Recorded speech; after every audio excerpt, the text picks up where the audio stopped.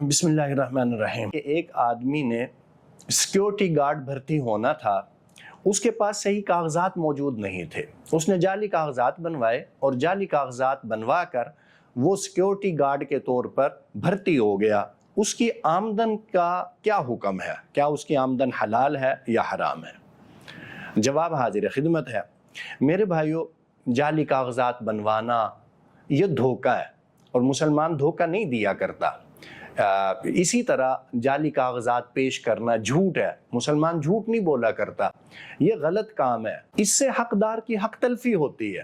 جن بچوں نے بڑی محنت سے سندیں حاصل کی ہیں انہیں تو ملازمت نہ ملے اور انسان جعلی ڈگریاں لے کر ملازمتیں حاصل کرے تو ظاہر ہے یہ شرعاً کیسے درست ہو سکتا ہے؟ تو اس لیے ایسا کرنا درست نہیں ہے، غلط ہے۔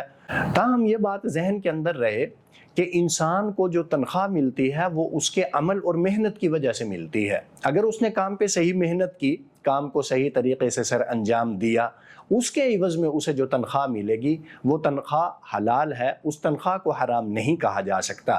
لیکن میں یہ ضرور عرض کروں گا کہ اس کے اندر برکت نہیں ہوگی، کیونکہ اس کی بنیاد جو ہے وہ جھوٹ کے اوپر ہے، اس کی بنیاد دھوکے کے اوپر ہے، اس کی بنیاد فراڈ کے اوپر ہے۔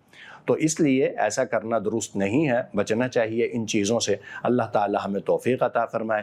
فتویٰ حاضر خدمت ہے۔